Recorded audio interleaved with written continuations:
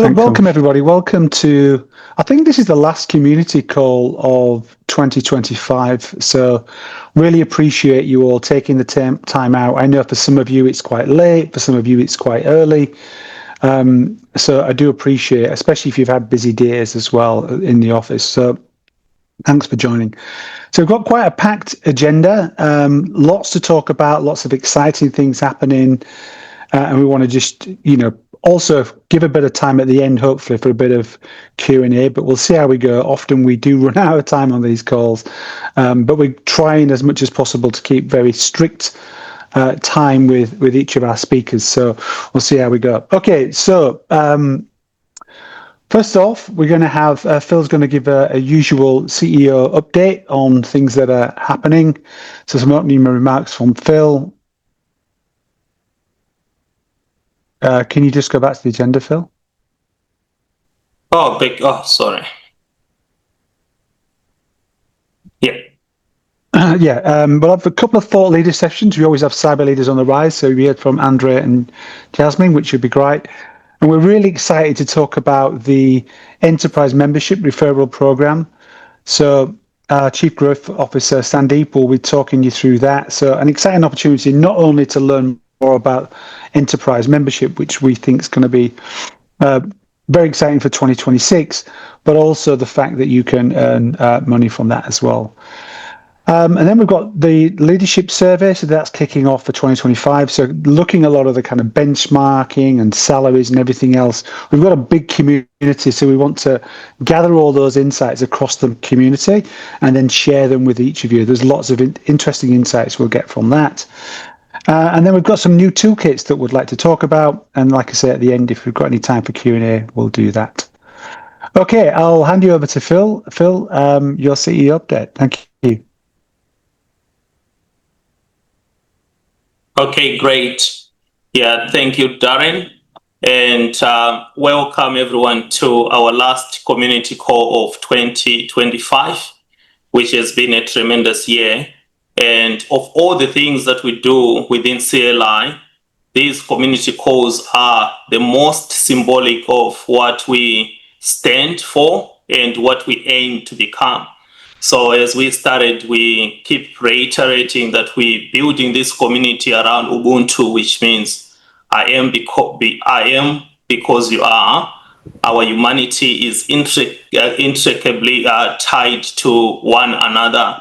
And Darren, Jan, and myself, and everyone who works at CLI, I would say we've been super fortunate to work in a space where we absolutely love what we do, but we are also actively contributing to greater good. And nothing gives us more pleasure than this amazing story of people who have gone through CLP and have gone on to break the technical ceiling and learn their first ever CISO role or step out of 9 to 5 and become consultants, build their own enterprises. So there is depth around these career acceleration stories within CLI, as we'll hear from André, and also a session from Jasmine. So this is who we are. We celebrate each other's success. So your pain is my pain, but your joy is also my joy. And with that, I just wanted to highlight some of the major achievements during the last quarter.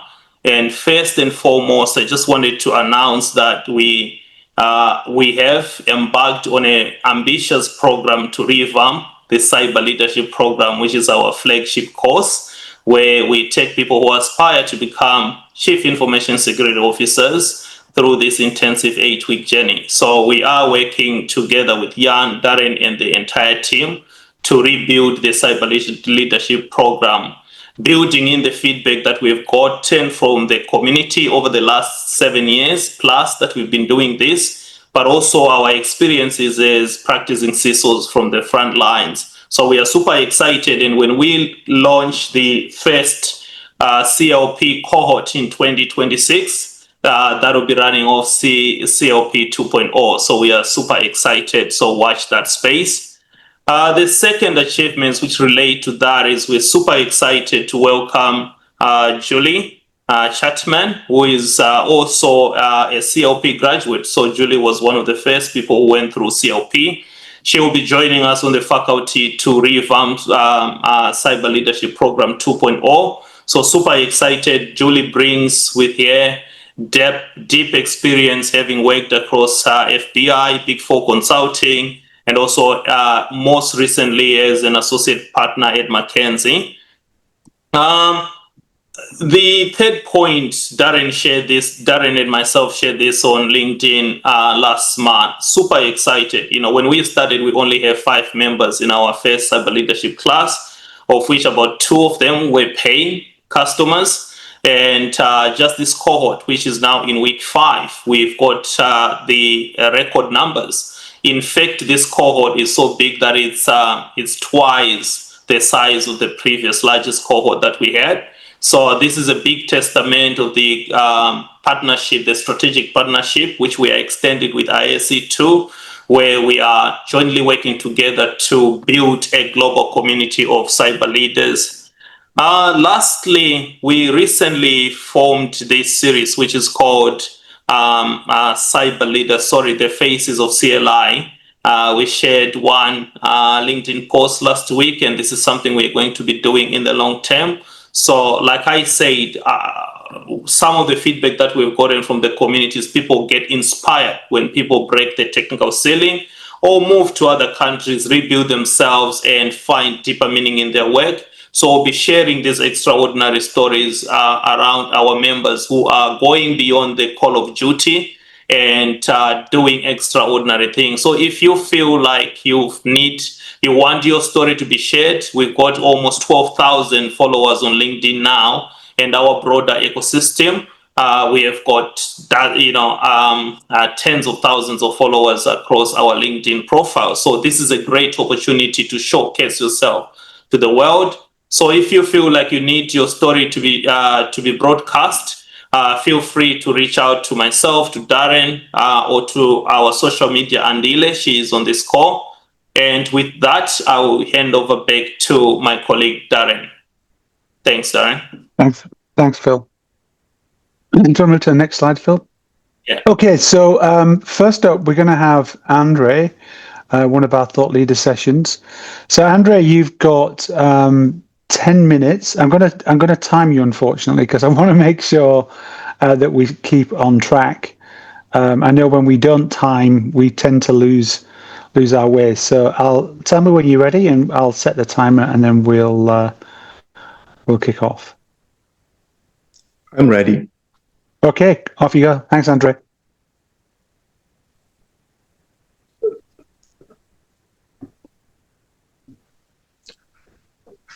You cannot step into the same river twice. Change is constant.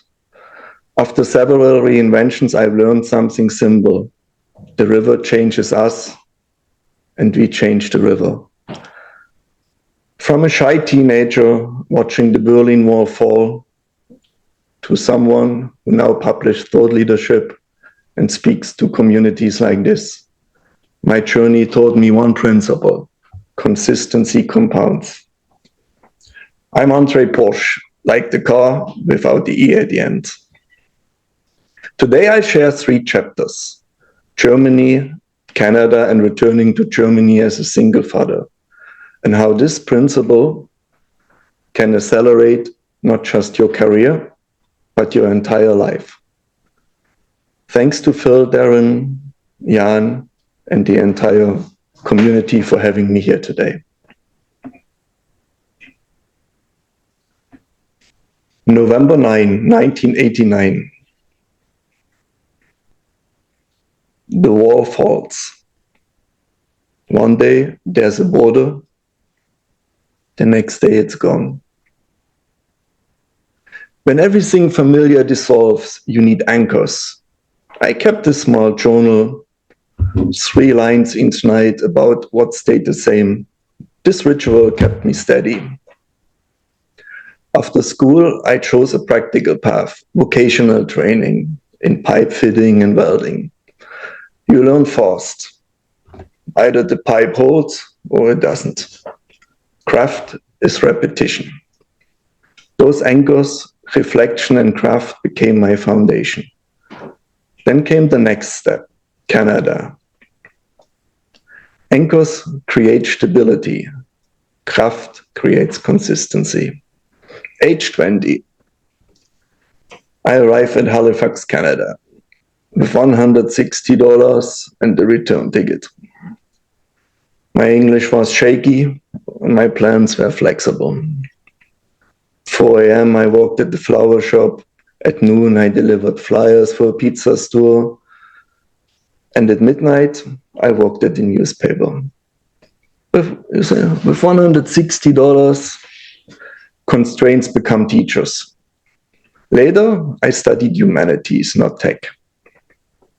History taught me that every crisis has precedent, that patterns repeat, and that context matters. The lesson wasn't big leaps. It was small, steady choices. 1 page read, 1 application sent, 1 conversation. These tiny steps add up. Teams remember consistency, not drama. Consistency is what builds momentum. Back in Germany, my daughter is 3. I'm a single father. 6:30 a.m. breakfast, 7:30 p.m. bedtime story, every day. She didn't need a perfect father, she needed a predictable one. This discipline shaped everything. I grew from call centers, resetting passwords all day, through customer operations with eBay and PayPal, into enterprise IT with IBM, and on to leading 35 people from 13 countries at the bank. Today, from Portugal, I lead a team of 5, supporting 32 European military retail sites as part of a global footprint of around 220 sites, together with our US colleagues. Last year, my employer mandated CompTIA Security Plus. Studying for it sparked real interest, so I kept going. CYSA, Pentest Plus, Security X. And this Monday, I actually passed my CISM exam, and I'm waiting for the results to come in. Then I realized I didn't just want to be technical. I wanted to use my leadership experience and pivot into cyber leadership. Certifications alone wouldn't get me there. I joined the Cyber Leadership Institute and the Cyber Leadership Program. I read Phil Songo's The Gift of Obstacles, and I took his personal branding course. A clear lens to turn obstacles into a leadership story and show up consistently. This year, I want to see Cyber Leadership Program capstone after developing and presenting a board-level cyber resilience strategy for a fictitious healthcare company called Vitalis Care. I also published with Ithaka and built connections on LinkedIn that continue to shape my journey. Consistency isn't flashy. It compounds into credibility. It does not matter how slowly you go, as long as you do not stop. We're all facing rivers of change, AI-driven threats, regulatory pressure, scarce headcount. Everyone says, move fast. My lesson is simpler. The differentiator isn't speed. It's being the leader who doesn't stop. If there's one line to remember, consistency builds trust. With boards, with teams, with customers, and with family and friends. Trust builds everything else. If this resonates, I'd value staying in touch. Please connect with me on LinkedIn. I will post the link into the chat after. Because the question isn't whether the river will change, it's who you'll become because of it. Thank you. Brilliant. Thank you, André. I really appreciate that. Very thoughtful and thought-provoking, actually. So a lot in that. If you've not shared that as There's an article on LinkedIn I would suggest you do. It sounds, it's pretty powerful. Okay, do you want to stop sharing your slides? And that's okay, great, fantastic. Okay, thanks, André. So up next, we've got Jasmine. So Jasmine, again, for you, I'll give you 10 minutes if you just want to introduce yourself and kick off, and I'll start the clock. Have you ever interviewed for your dream role and been unsuccessful? Have you ever felt that your experience was the perfect match, but for some reason the interview didn't show that you were capable? If so, you're in the right place, as today I'm going to share the 5 biggest mistakes that people make in the interview and the lessons that you can learn to make sure you land the job next time. Hi, I'm Jasmine McCrudden. As I mentioned before, I'm a cybersecurity recruiter from Decipher Bureau. I've spent years helping organizations build world-class cybersecurity teams and supported hundreds of cyber professionals land their dream jobs. A big thanks to Phil and the extended cyber leadership team for having me here tonight. If we want to just jump into the next slide, thank you. A bit about us. Decipher Bureau, we're a specialist cyber recruitment firm. There's 12 of us here strategically positioned across Australia. And we recruit in cyber, tech risk, and emerging tech. We're trusted by government, enterprise, and critical infrastructure. We've got deep networks across offensive security, defensive, and GRC roles. Big advocate for diversity and inclusion and capability growth. And we're quite active in industry community events. A little bit about me. I've had 7 years in telco, 5 years of recruitment. I'm part of the Australian Information Security Association, where I help run cyber events monthly in Sydney. I'm very passionate about helping women uplift their careers in cyber and progressing within their careers. And you could say I've got a deep understanding of market trends and talent strategy, hence why we'll sort of jump into this topic. And just to give you a bit of perspective, we're engaged as an external recruitment agency when companies struggle to hire. We're not here to engage and fill the junior roles. We're more here to help fill the senior, hard to fill niche cyber roles. So whether that's your identity, AppSec, all the way up into head of CISO level. So we're the ones guiding the candidates through the interview process. We're the ones giving the feedback when people unfortunately don't do too well. But we're also here when we receive the feedback when people are super successful. So I sat down with my team this week. There's 12 of us, as mentioned. We shared insights on what we see as the top 5 biggest mistakes that people make in job interviews, especially at that senior leadership level. So as you can see, mistake number 1, this seems to be the biggest one, is lack of depth and being concise. So not being succinct with answers, sometimes over-explaining or going off into tangents. Why does this matter? The interviewers only have a limited amount of time. If they can't follow your point, they might miss your impact. For example, when you're dealing with a stakeholder, if you're not the one that can deliver the right message to the right person in the right way, it can make or break your impact. Influencing is everything. If you can't shape the message to land with the people who matter, you're not going to succeed in the role. And if you're not demonstrating that skill in the interview, you risk losing them before you even get the job. So how to fix this? I always suggest with every candidate we put through a process to use the STAR method. If you're not familiar with the STAR method, it stands for situation, task, action, and result. It just takes the interviewer on the journey of the conversation and doesn't lose them. I suggest practicing your biggest achievements and being able to explain them in under 2 minutes. And try and stay focused on answering the actual question rather than dancing around the response, which is what we see in the constructive feedback a lot. Mistake number 2, saying we instead of I. So that mistake is more hiding behind the team, saying stuff like we built this or we responded to that. Why does this matter?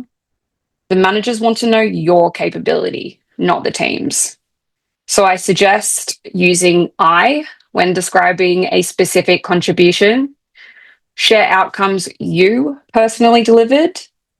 For example, I led the incident response that reduced breach time by 60%.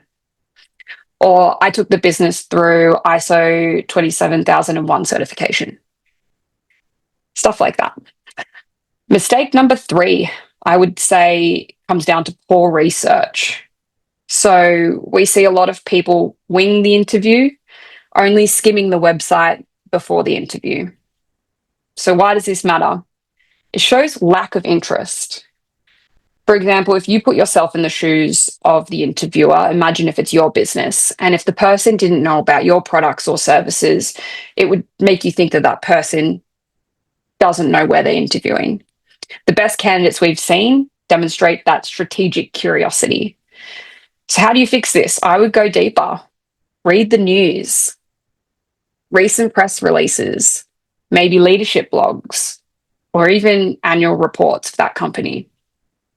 I suggest tailoring your answers, saying something like, I saw your focus on OT security. That's an area I've built solutions for in my last 2 roles. I suggest thinking like an analyst. Use an open source, intelligent mindset to understand the challenges that they face and how you can help solve them. Mistake number 4, not asking enough questions. We see a lot of people treat the interview as a one-way conversation. Why does that matter? It signals that you're not strategically thinking about the role. So I suggest preparing at least 3 to 4 thoughtful questions. For example, what are the biggest cyber challenges you're currently facing? Or how does security align with your company's wider strategy? Or what does success look like in the first 90 days? If they haven't already asked you that question. That question that they have at the end when they say, do you have any other questions, is your time to come in. If you don't, it sometimes doesn't look as good. Now, the 5th mistake, letting ego get in the way. We've seen people come across arrogant, maybe dismissive, or acting like the role looks beneath you. Because you want to show that you were made for that role, or that it's easy. The flip side, we see people failing to show genuine enthusiasm about the role. Now, why does this matter? Culture fit and personality are just as important as technical skills.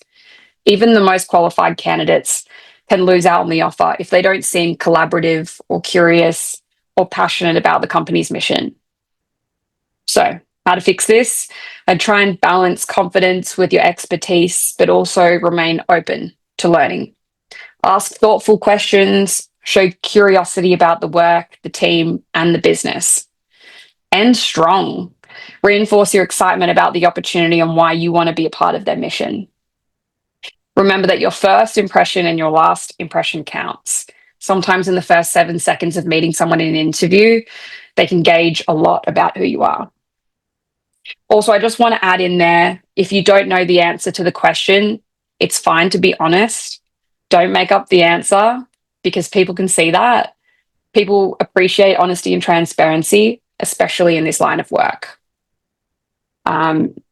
Just to flip to the next slide, I wasn't sure if we had time, but just whilst we're here, I recommend really knowing your worth when it comes to entering the market. I suggest doing your homework, really understand what's going on in the market, how much other roles, similar roles and competitors are being paid. You can ask recruiters like us. We've got a salary guide that we release yearly just to show you what the average benchmark is in this industry. Be realistic. Going in way over market value might hurt your credibility before the conversation even starts. And I always suggest having a range. Know the number that you're aiming for, but also be open and transparent about maybe what your minimum would be for the right opportunity and that you're negotiable. That confidence and flexibility shows that you understand your value and the realities of the market. Last slide. I just want to say thank you again to Phil and the extended team. Phil's a good friend of mine in the industry, known him for a while, so I appreciate that he asked me on here tonight. Hopefully this information has helped some of you. And yeah, if you need to get in touch or have any questions about the industry, feel free to connect with me on LinkedIn. Brilliant. Thanks, Jasmine. And you've got the QR code there. So if you want to scan that, connect with Jasmine, I'm sure she'll be very helpful if you're looking for change in role or just got any general advice as well. So please connect with Jasmine. Thanks, Jasmine. Really super helpful. I'm sure everybody benefited from that. Appreciate it. Thanks, Darren. Okay. Next on the agenda, we're going to talk a little bit about the enterprise membership. So it's something that we made a little bit of a pivot on just over 2 years ago now, from not just servicing customers directly, each of you, but also corporate organizations. And a number of large corporates now have signed up to our enterprise membership. So we have Sandeep on the call. He's our Chief Growth Officer, and he's going to be talking a little bit more about the enterprise membership and the referral program that's new for this year. So I'll hand over to Sandeep. So first of all, thank you very much, Andre and Jasmine. Really very great insights into all aspects of leadership, also recruitment in cyber, and they are very valuable tips for all of us, not just for the next job, but also to be presentable in our own leadership teams and with our customers. I've been on cyber leadership for some time now, and as Darren mentioned, we have extended our reach from the CLP, which is amazing program, and as Phil mentioned, CLP 2.0, which is much anticipated, is in progress and will be launched very soon. Whereas enterprise membership is a corporate membership, where you take a next step and align your company, your organization, and your teams to the level of building your cyber culture. In this phase of the program, we want to ensure that the companies are not into the hero trap. There's one CISO, anything goes up, and cybersecurity, we know, and it happens more than we like things to happen. And that's the time how the entire team steps up, and not just one person. And probably without naming the company, in recent time, there was a major airline in Australia had a major cyber attack, and the message came from the CEO. That shows the corporate culture, how important a cyber security is to that company. And that's how the enterprise membership programs are designed, to build the next level of leadership, and not just one person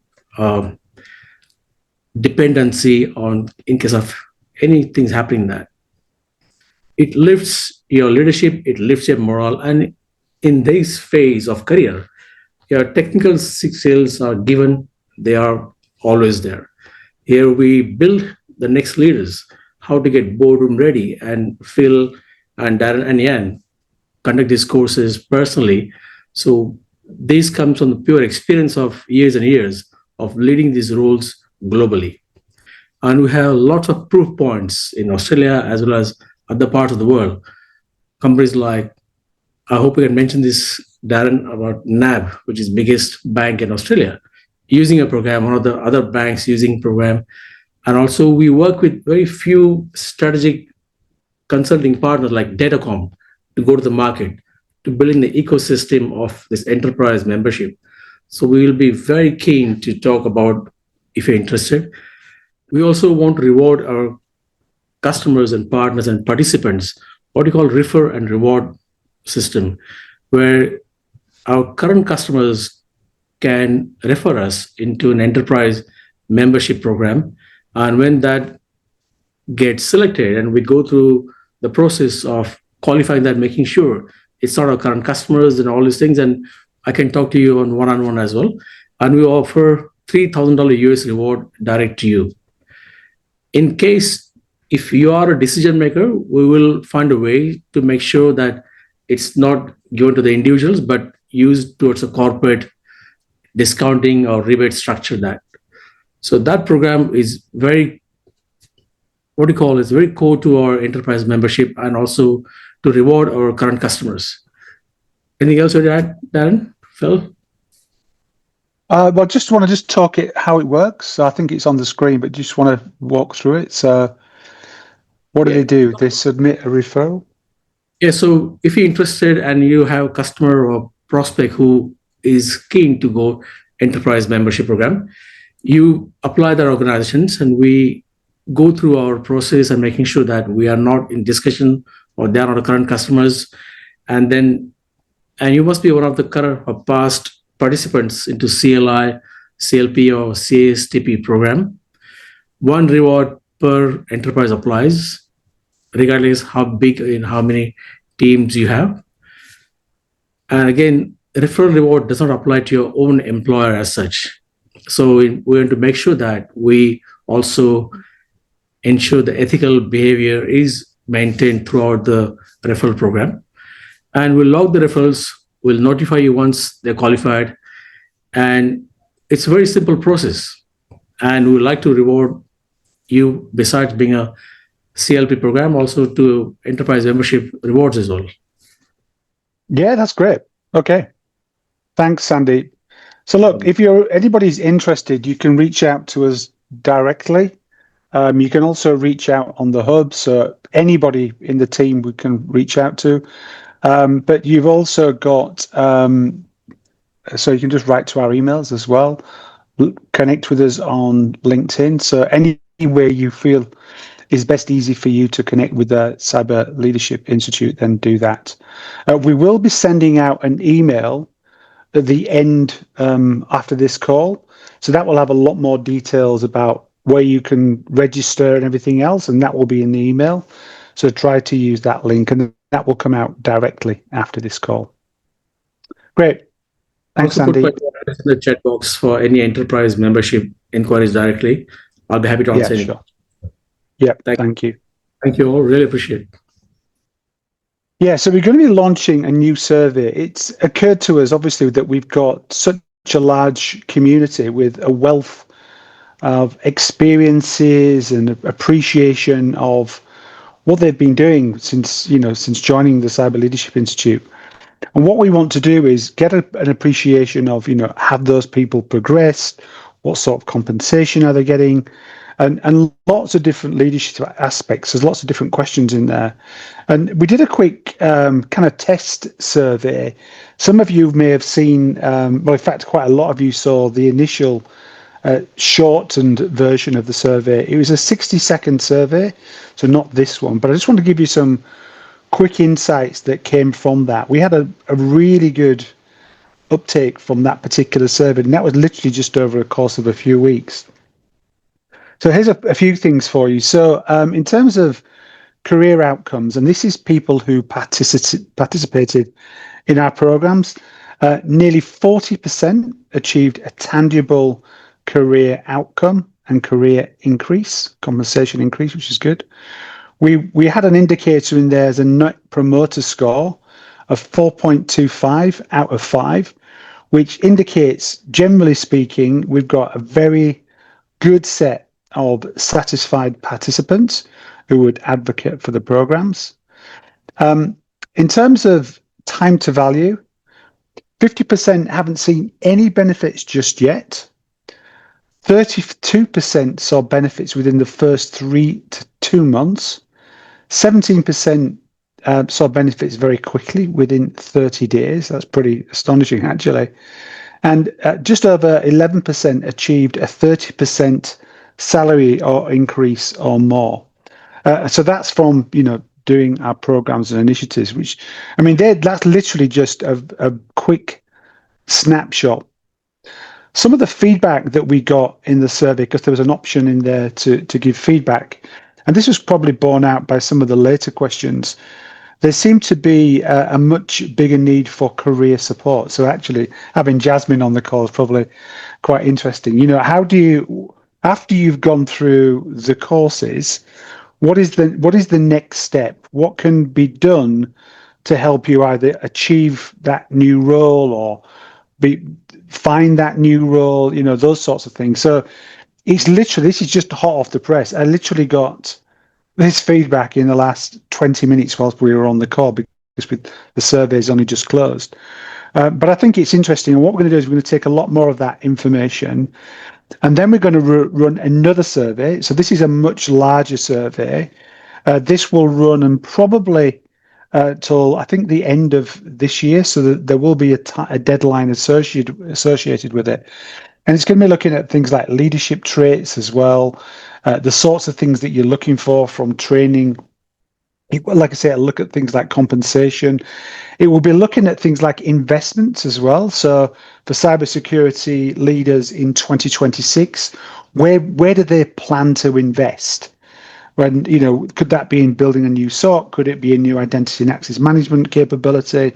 So we've got all those different survey questions in there. The real benefit for anybody who's ever done these types of surveys is that when you pull all that output together, it gives you a really good calibration as to, where you might want to be focusing on in 2026. So, please ask as many of you as possible can take the survey when it comes out, because the more data that we get in, of course, it's all anonymized as well. The more data that we get in, the more that we can share that with the community. And for all those who fill out the survey, you'll obviously get the first set of reports that come out. So well worth doing. And there's lots of great benefits to come from doing the survey. And like I say, once we've done this pulse survey, we'll be adding it to what we've already found from the 60-second survey. And it will give us a lot better insight into how we can help you be more successful, accelerate your careers into whatever profession you're looking to go in, and even be a bit more selective potentially with what you're looking for from some of the courses, or even brand new services that we've not even considered yet for the Cyber Leadership Institute. Okay, so that's it on the survey. I don't know what next on the agenda. Toolkits. So look, we just wanted to give you a quick snapshot of the toolkits. Now, there's been a huge investment of time and effort into all these toolkits. We've got a new resource library that's been launched in 2026. We've got a new pricing category as well, because what we found is that sometimes that jump to a bigger membership can be, if you're paying for it yourself, can mean that you don't necessarily get all the access to the toolkits, because there's a lot of free stuff in there. But if you were just to pay maybe like $20 a month or something like that, then we can give you access to a lot more. So it's not the corporate pricing, but we're going to be looking at a new band. And that will mean that you'll be able to get much better value from some of the toolkits that are already in there. And you can see here, we've just got a little bit of trending on some of the toolkits. No surprise that AI has shot to the top. Pretty much every conference and event or any vendor that you speak to these days, everything's going to be talking about AI. In terms of, remaining in second place, security metrics actually still remains there. No surprise there. Metrics are super important. They give you a really good indication of where you are, where you're going, and how potentially you can be comparing to either the thresholds that you've set yourself, or even in the case of benchmarks, how you're doing against other organizations, or even benchmark standards. Some of the others that have now moved up there as well, developing and implementing a cybersecurity incident management program. So that was a relatively new toolkit that came out. And there's lots of brand new toolkits coming out, by the way, as a result of the partnership that we've got with Infotech. Anyway, you can see the list on there. Have a look through them all. I think it's one of our best kept secrets, actually. We get lots of people talking about, what a great time that they've had and the great value that they've got from the cyber leadership program and the other programs, the other faculty programs as well. But not everybody takes the time to really look at the resource library and understand the value that's in there. And there's literally thousands of toolkits. So if you've not already had the opportunity to look at these toolkits, have a look through, because they're not only are they great assets to you that you can use straight away, they're also potentially cost saving as well, because, a lot of these, very expensive consultants will charge you a lot of money to produce a lot of this content for you, and it's already there all in one place and quite searchable as well, and it's been updated on a regular basis. I said thousands, but I think we've got 850 plus, so there's pretty close to 1,000. It won't be long before we get well over 1,000 when you see just how many new ones are coming in. Okay, well let's move on to the next one. So this is just literally open mic, really. Ask any questions. So we're going to open it up. You can ask any questions of André. Okay, I might break the ice. Go on then. Yeah, so a question for Jasmine. I have got quite a number of fellow cyber leaders who've been working, 10 to 15 years in cybersecurity, very deep technical bone. They feel like they're ready to step into the CISO role, but they've never been CISOs. And what holds them back is maybe self-doubt. What's your recommendation here? How can they step out without obviously maybe biting way more than that they can chew? So we're talking about that imposter syndrome, right? Kind of, someone feels ready, but they don't know where to. Do they go for small to medium-sized enterprise? They don't know where, how do you pitch yourself for a CISO role when you have never been a CISO?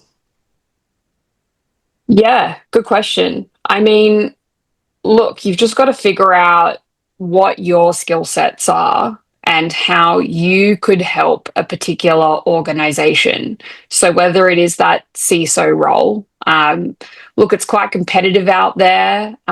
There's a lot of people going for these roles, but put yourself out there, interview, exercise that interview muscle, find out where your gaps are, where you might need to learn and grow. It's okay to make mistakes. I've found some of the people, it takes multiple interviews before they land the perfect role. So it's about trial and error.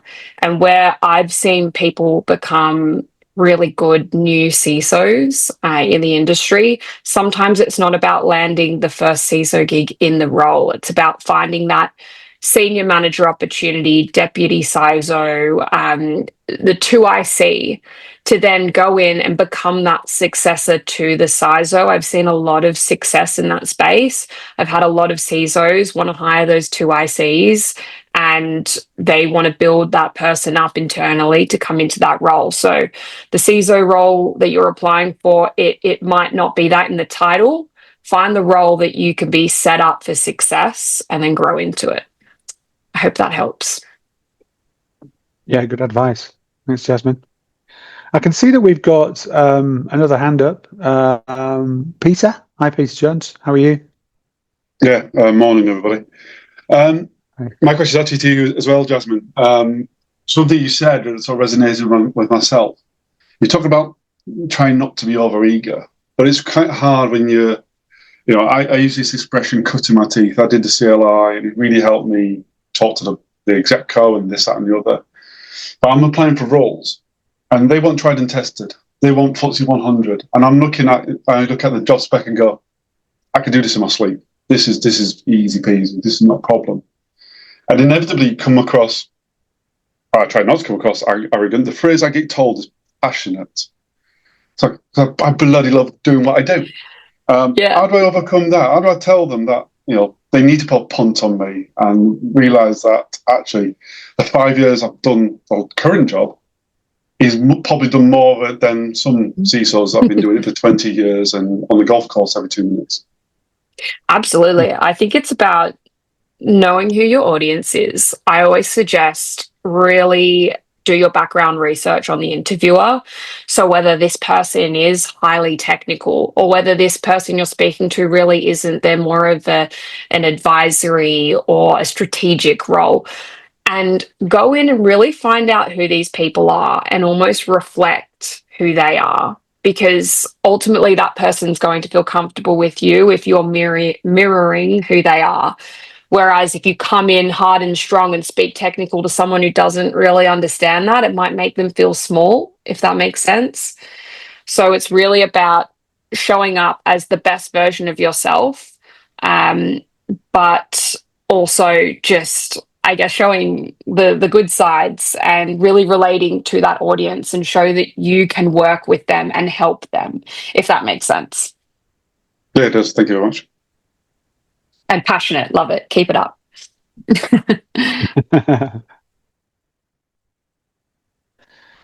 I've got a question. Is there anything, Sandy, in your experience from a enterprise perspective that you're seeing is quite different and unique in what we're offering in this space? Thank you, Darren. And for me, right? Yeah. Enterprise Because membership. because you're seeing it with fresh eyes, right? You know, Phil, Jan, and myself believe there's value, but you know, what are you seeing? Because you're now speaking to some of our enterprise customers, right, as well. So Yes, and first of all, I'm absolutely privileged to be in this place. And one of our current customer, big major bank, asked me why you choose this role, and that made me think more deeply, because I've always been in cybersecurity for nearly 20 plus years, but always in a GM and VP APAC, all these roles, and so I'm across the technologies and everything. But in this role, when I speak to the CISOs or to be CISOs, but they want to be upskill themselves, it's a very different perspective. And I think the paradigm has shifted, that I'm technically good and I'm doing just what I'm doing told, instead of that, you know what, I want to be articulate what I know and how is it good for my company, my stakeholders, and my customers, and also for my own team. So that paradigm has shifted probably in the last 4 or 5 years. And when I speak to the CISOs or from our CLP candidates who are very successful at what they're doing, technical skills are given, in my view. But they are, I won't use the word glass ceiling, but they are not confident. You know, I'm doing this thing myself funded course. How am I going to ask my board? How do I going to ask my CFO to get this program across the company wide? So that culture is very significantly changed in the last 4 or 5 years, especially after COVID. Yeah. Because now people... Yeah, I think that... Yeah, sorry, go ahead. Yeah, no, I think you're right, Sandy, but I think the word confidence is actually, the word confidence is something that came up in the survey as well. If you were to have done a word cloud in terms of what people were, you know, clicking on in the survey, you could see that confidence came up quite highly as something that they've gained through doing, or being involved in the community, not necessarily the programs as well. And I think that's probably one of the biggest things. It's interesting because I'm in Melbourne at the moment. That's why I'm in a different environment. But in fact, I'm in the hotel room here. But I was speaking at the final closing keynote of the day, and I was basically talking about the failure of cybersecurity and the fact that, from an industry perspective, the failure is not technology or tools or even the individuals themselves. You know, everybody's done some great things in their careers to progress cybersecurity. But where I think we failed is that we lay a lot of the blame at people like the board members, the non-exec directors, or the CEOs. And for all of those in Australia, in fact, across the world, they'll know that there was a breach in Qantas, and this resulted in the board, you know, deducting some of that bonuses from the executive team. Now, you could say, well, was it really the executive's fault? Wasn't that probably the board's fault in the first place because they were not questioning hard enough? But I think you look at what the root cause is, and you ask to do the 5 whys, if anybody's ever done that, to find out the root cause. The root cause actually boils down to that senior cybersecurity professional who, you know, could have done more to make sure that that message was bulletproof. But the problem you've got is that if you don't have the confidence, and I've been in that Qantas boardroom, it's a very intimidating place. If you don't have the confidence to be able to talk about cybersecurity in a way that's meaningful and connects with them, and it really does boil down to confidence. So you're right, Sandy. So I think if from an enterprise perspective, if we can capture those larger teams like we've done with NAB, and we inspire the whole of that team to have confidence, that helps the CISO, obviously, in that organization, and it rises everybody up to have much better conversations with executives and peers in the organization, because I truly believe that That's where we're going to have the biggest impact over the next few years. It's not going to be the technology and the tools and everything else. It's us as leaders being able to step up. In talking to Australia's biggest health provider and also Europe's biggest postal services and the biggest bank. So the message is quite synonymous. We know the technical skills, and also there is a increasing awareness within the CISOs that we want a cross-cultural team, not just all cybersecurity. One of the biggest health products I'm talking right now, they have legal, they have HR, finance teams into cybersecurity. They're building a cross-functional team in case anything happens. How are we going to present to the board? So board is also ready to get the message out. So just cybersecurity is what we do, but also these skills, leadership skills, are transferable and cross-border across all functions. That's my experience so far. Yeah, good. Okay. All right. Thanks, Andy. Thanks to all our speakers, and really appreciate all the different perspectives, the stories and advice and guidance. That's great. And Phil, I'll just hand back to you just for some closing words before we finish off the call. I'll let you close, but I was going to ask if we can get a screen capture. People are comfortable. Who's going to do the screen capture? I don't know if I've... Lemon, can you do that? We're going to need... So everybody can put their cameras on, if you can. Yes, Bill. Oh, as many of you as you can put your cameras on. That will be great. It's literally just for a picture, and then we'll do a screenshot. Is that any more cameras on? There's a few more coming on. Just give it another few seconds, and then we'll do a picture. Okay, Lemon, are you ready to take one? Yes, Darren. Capturing the picture now. Yes. Okay, great. Okay, all right. Well, I think that's it. Thanks, everyone, for joining tonight's call. Much appreciated. And please look out for the email that's going to come out directly after this call. It goes into a lot more detail about the reward for the enterprise referral.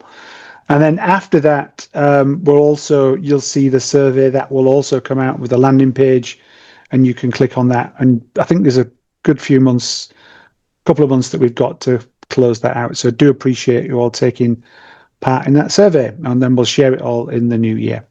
Okay, well, yeah. Thank you all. Thanks to everybody. Cheers. Close the call down now. Thank you. Bye-bye. Thank you. Bye. Thank you.